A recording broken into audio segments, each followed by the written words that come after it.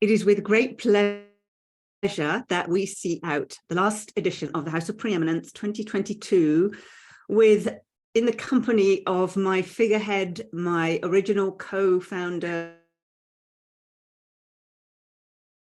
executive editor, the illustrious, the producer, the dazzling, the very brilliant Marcia Martin, who is also a very dear friend. And I asked her to come and see out this final edition of winter 2022 as we transition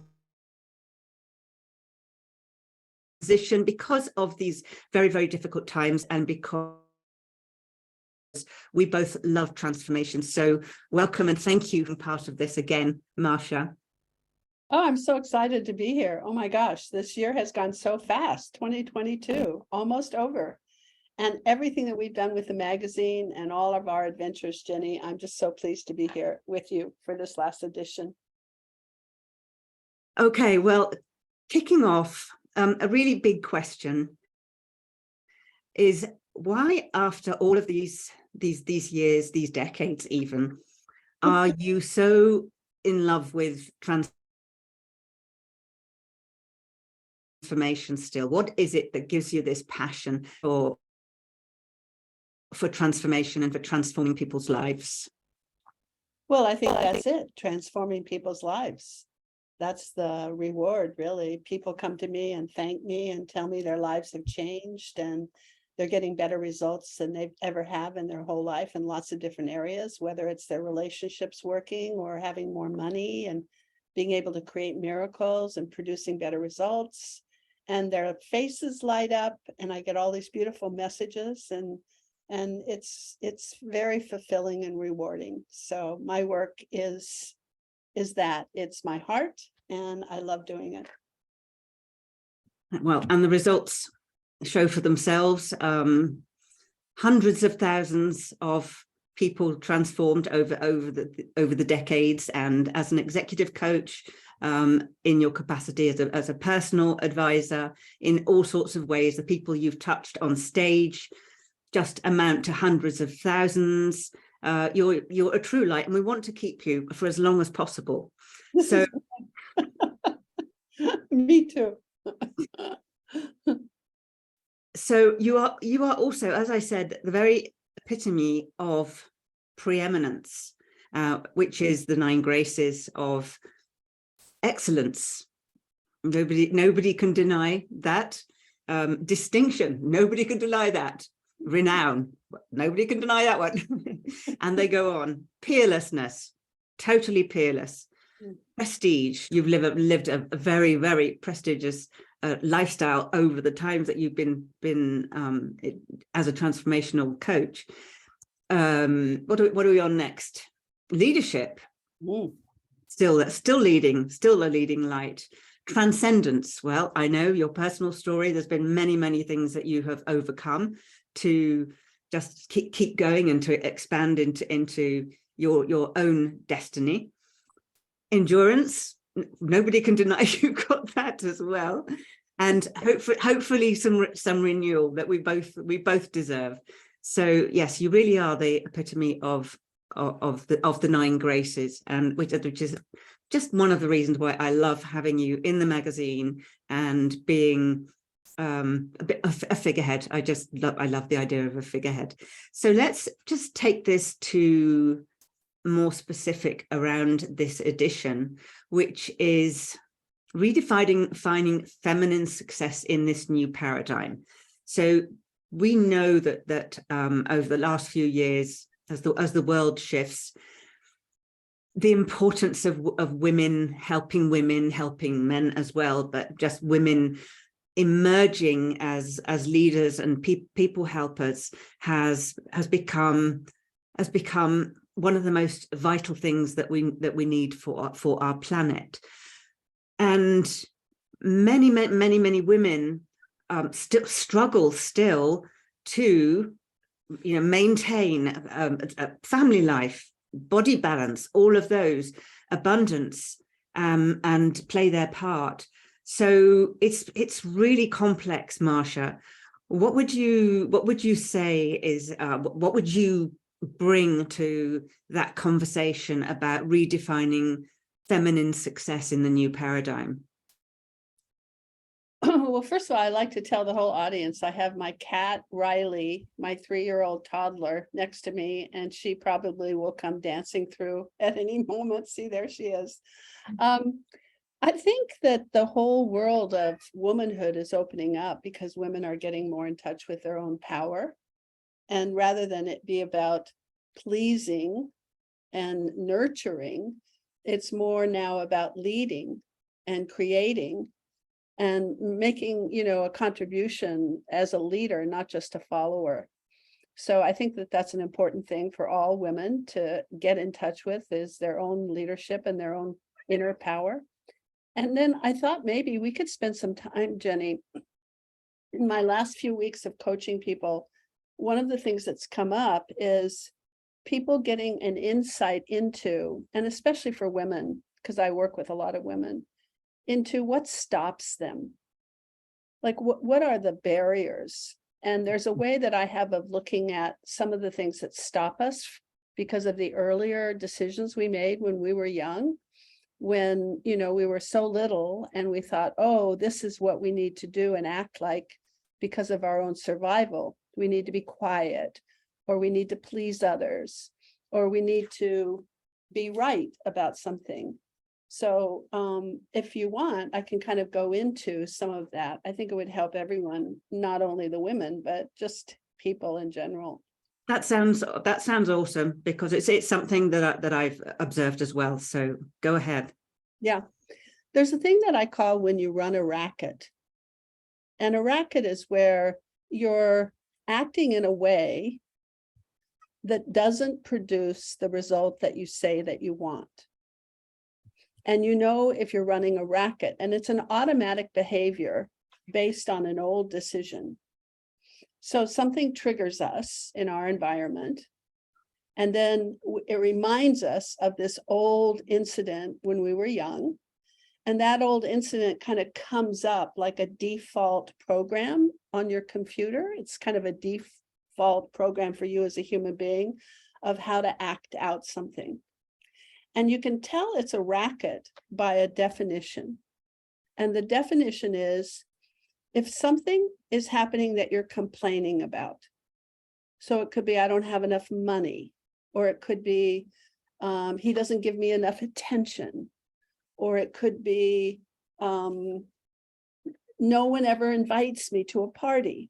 So it's a complaint, it's a concern, it's something that you're saying you don't want this and it's happening, you're complaining. And then the second part of it is, it keeps happening.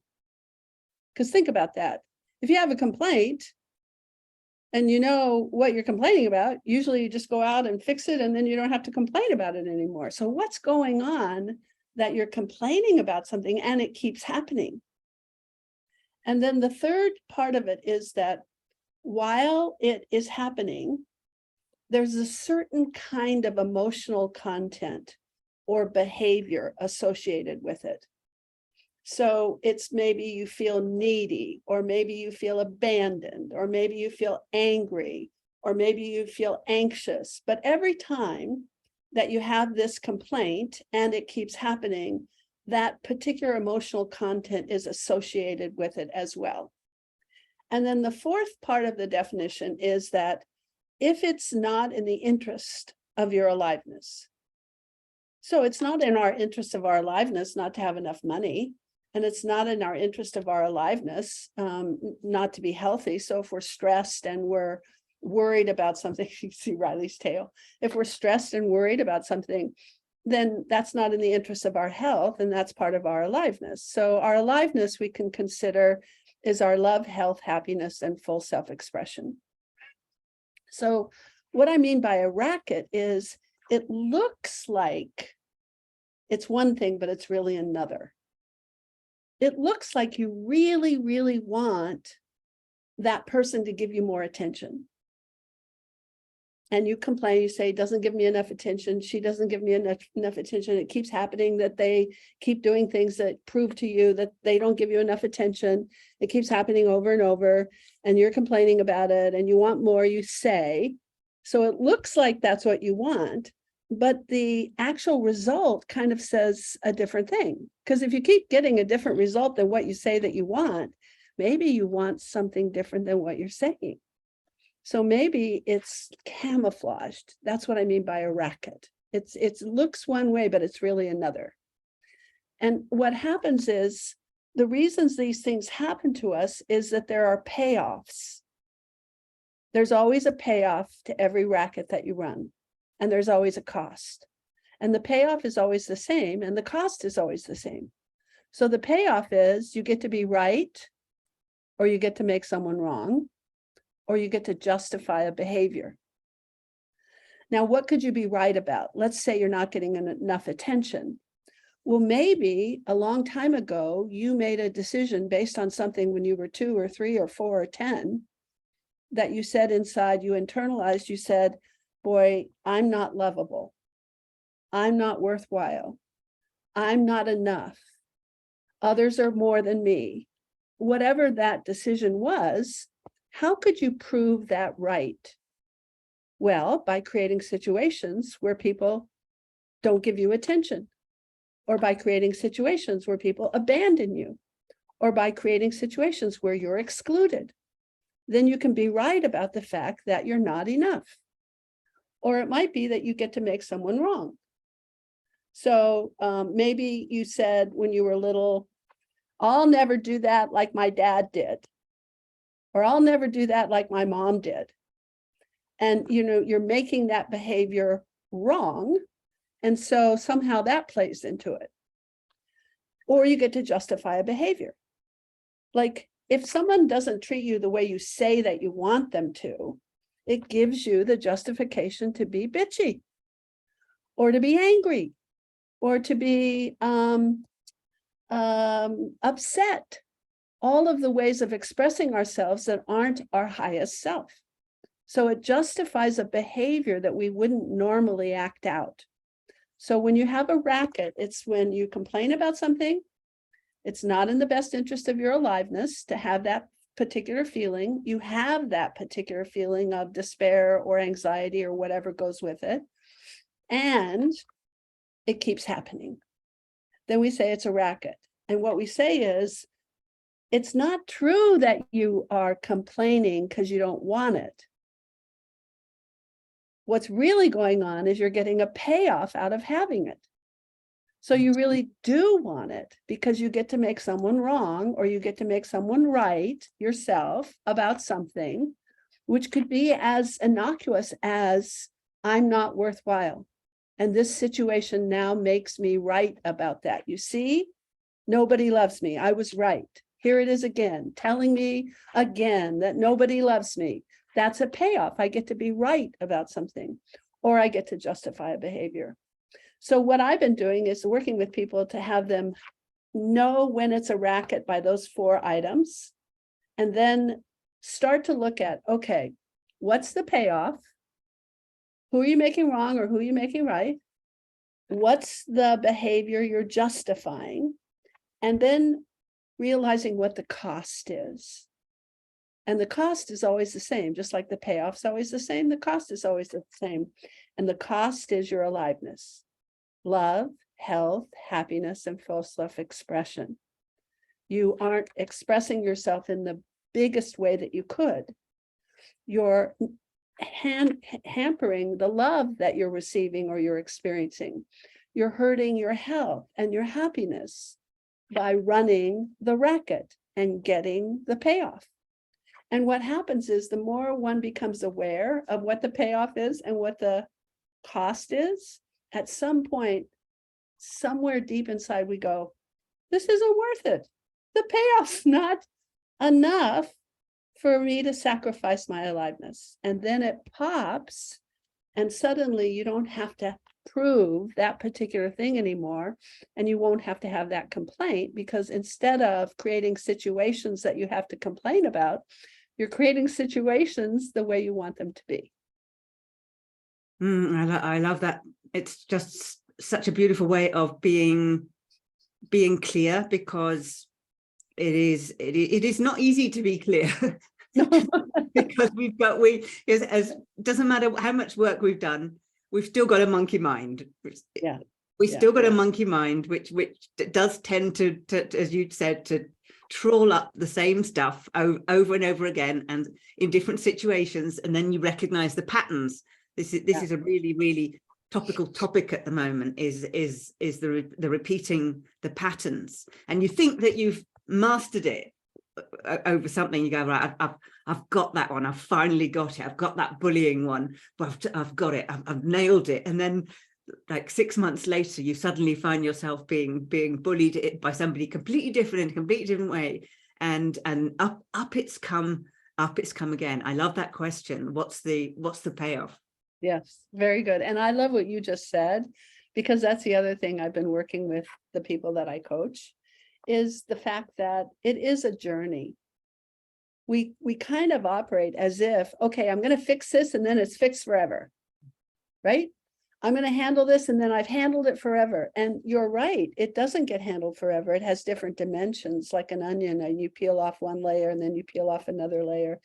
And that people could be excited about the fact that they're at a deeper level.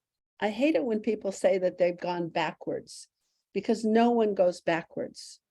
You only go forwards. That's the only direction that you can go. You can't go backwards. You're in the present moment and you're moving into the next present moment. So we're always going forward.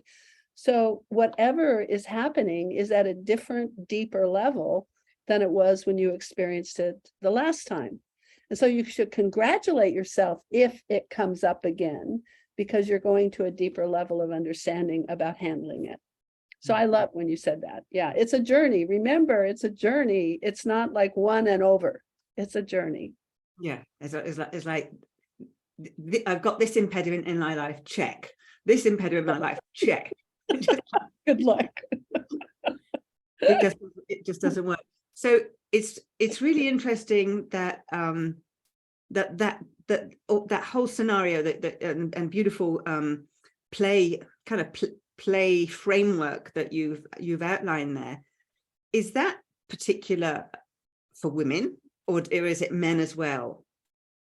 I think it's a human being thing, because when you complain about something and it keeps happening, I mean, just think how illogical that is. Why wouldn't you do something to change it? Why would you keep creating the same kinds of scenarios that prove, the thing that you're complaining about? Why would you do that? What are you getting out of it? So I think it's both men and women. But I think that for women, one of their rackets is, I'm not enough, or I'm less than. And so it's a good framework to be able to use when we're pretending that we're not enough. Say, well, what's the payoff here? Why am I being right about that? Wouldn't I rather have love, health, happiness, and full self-expression, and give up the need to be right about the fact that I'm not enough? Maybe I could just accept that, yeah, I am enough. Okay, now what? Yeah, that's absolutely awesome and profound. I love it. So something else you want to share with us on the same subject? No, I mean, like, I just love this whole idea that women are getting more in touch with their power and their ability, and that they don't have to be men to be in touch with their power. Women have a different way of expressing themselves.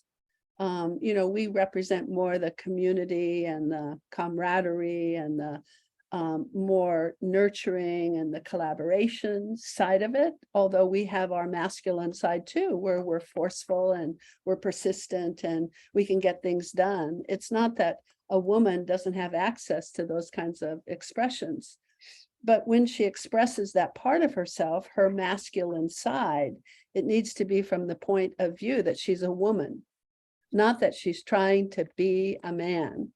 And because when you're trying to be a man and you're a woman, you kind of let go of all the magical power that you have and prowess that you have in terms of the miracles that you can produce.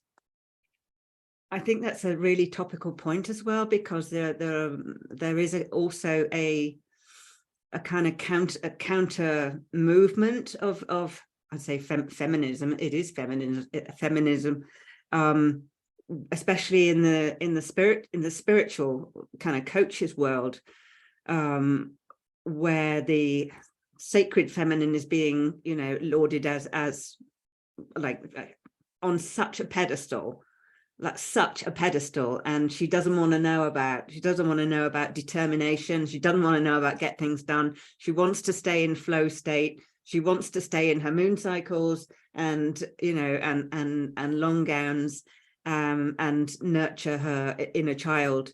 What do you think about that? Because I tend to call bullshit on it. Well, I think anybody that operates in a way that it's not balanced is bullshit, because we all have all of it, but it's how we express it through our special particular uniqueness. And one of the things that we're unique about is we are a woman.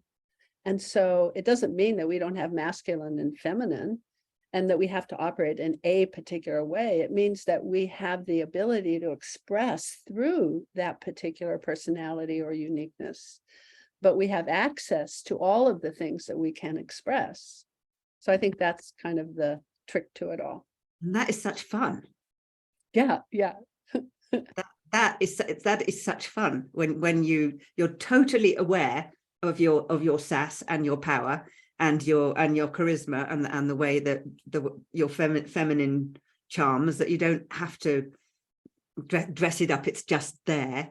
And at the same time, you leverage all of these things that you've been watching guys do for a very long time that actually work. Just, you know, like, you know, making lists and a little bit of hustle and a little bit of grind, and I mean, you couldn't have done what you've done if you hadn't been very single-minded at some point. You certainly didn't sit down and meditate and have all those amazing prestigious circumstances and events and all sorts of opportunities come into you. It's because you work damn hard and you've been really, really bloody good at it. Well, thank you. And as you have too, and you've done the same thing. I mean, I look at all of the things that you've done in your life, and it's amazing. From riding on the backs of horses to, you know, having a whole catering company and cooking and designing and events. And I mean, you're amazing. There is one thing I've realized about men. I think that they tend to do something better than women that I think it's good for women to think about. And that is, most men I know make sure they get value for what they give.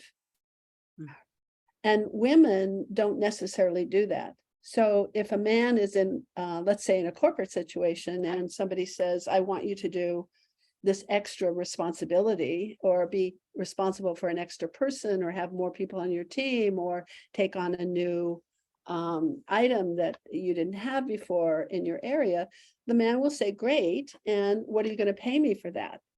Whether it's in money or in vacation or in time or in prestige or in title or whatever. It doesn't necessarily always mean money, but it does mean that if I'm giving you something, there's a equal value return exchange that I would be able to receive. And men seem to be more willing to ask for what is that particular exchange.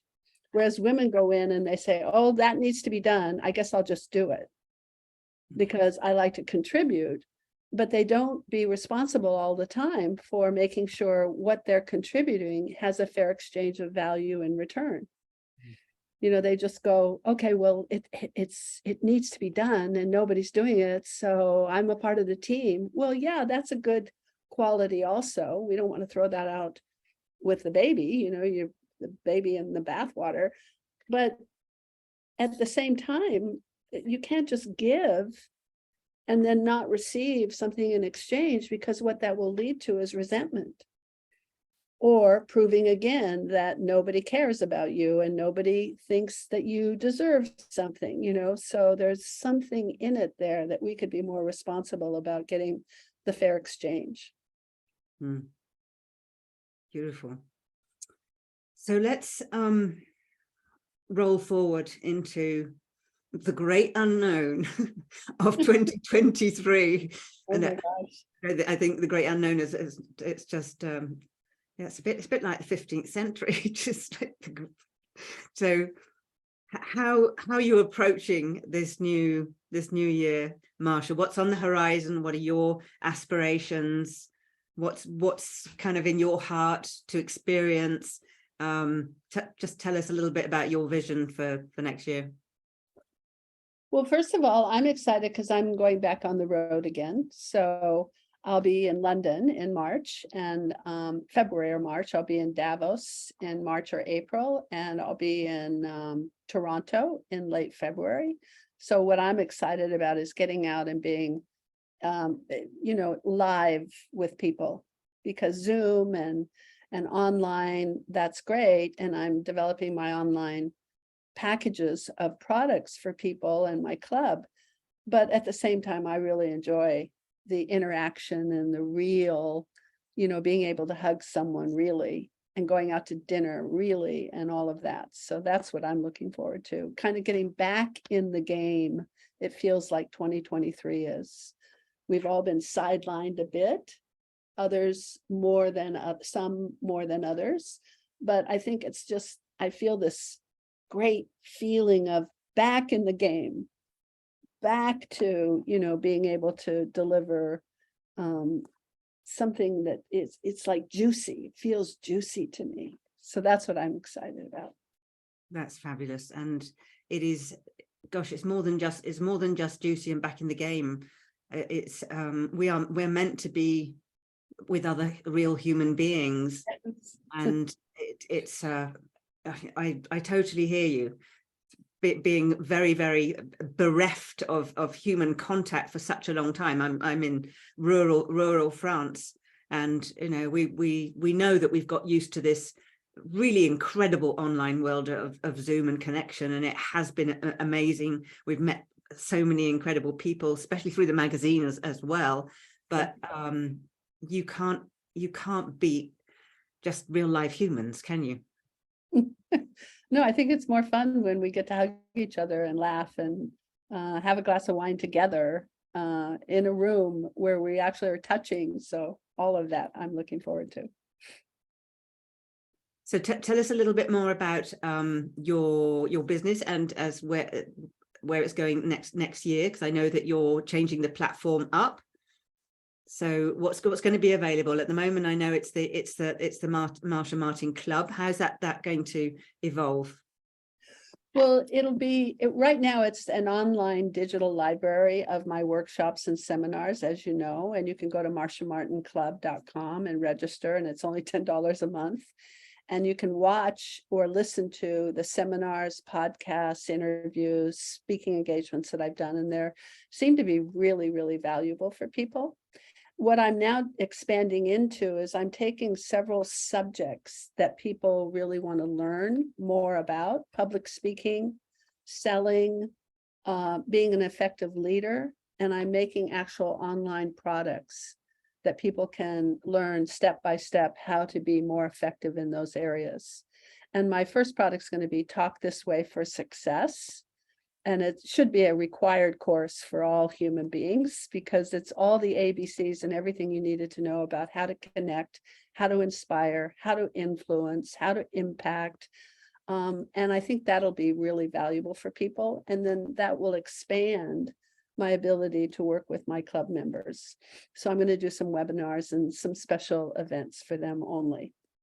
That's fabulous. And it's the theme of the article that you contributed to the magazine as well. So it is one of the most vital skills for this century, and you are an absolute master. I know it's one of your key genius zones is communication in all areas, for sure, especially for our audience of women leaders and aspiring women leaders.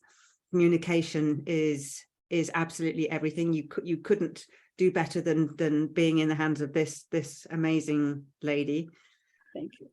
Who looks eternally like she came out of the fountain of youth. Yay! So far, so good. Well, I'm sure it's everything that we've talked about today that keeps you young, keeps me young. And I just want to thank you from the bottom of my heart yet again for being part of this project as we go forward and expand House of Preeminence and make the impact that we want through this platform. So thank you. I really appreciate you so much.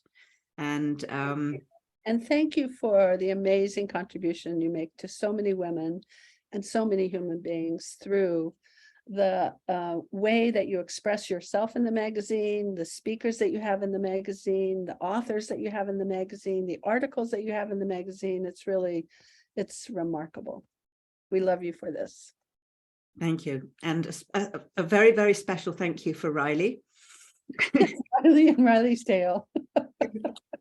who did a wonderful job of decorating the screen earlier on. It was riveting. Yes. Anyway, it's been an absolute pleasure, and may we be here in many years to come, just doing the same thing. Awesome. God bless.